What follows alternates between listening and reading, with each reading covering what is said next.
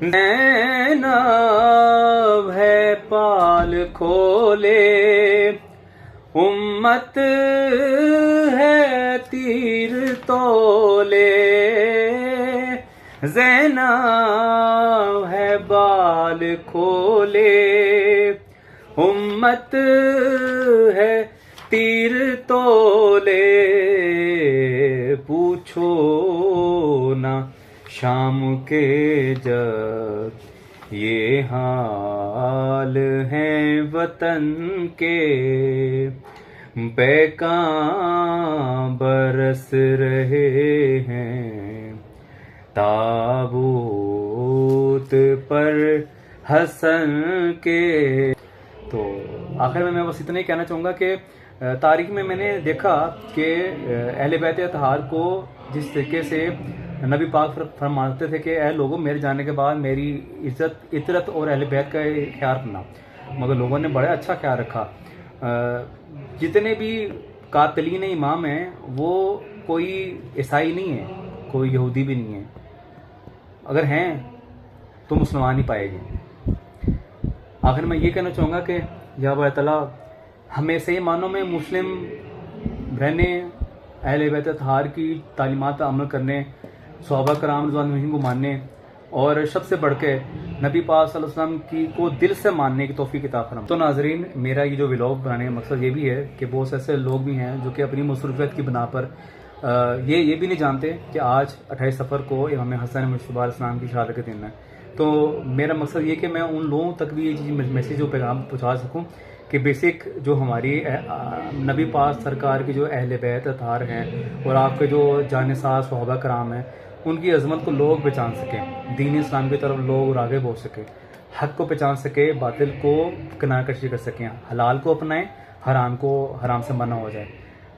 مجھے امید ہے آپ کو میرا ولاگ اچھا لگا ہوگا۔ تو اگر آپ کو میرا ولاگ اچھا لگا ہے تو پلیز کمنٹ ضرور کیجیے گا، لائک ضرور کیجیے گا، اور اس کو آگے شیئر بھی کیجیے گا تاکہ اس سے بھی اچھا جو ولاگ ہے میں آپ کے سامنے پیش کر سکوں۔ ہر بار کی طرح ایک ہی دعا، یا اللہ پاک ہمیں آسانیاں عطا فرماؤ، ہمیں آسانیاں عطا کرنے کی توفیق عطا فرماؤ، ہمیں آسانیاں بکھیرنے کی توفیق عطا فرما۔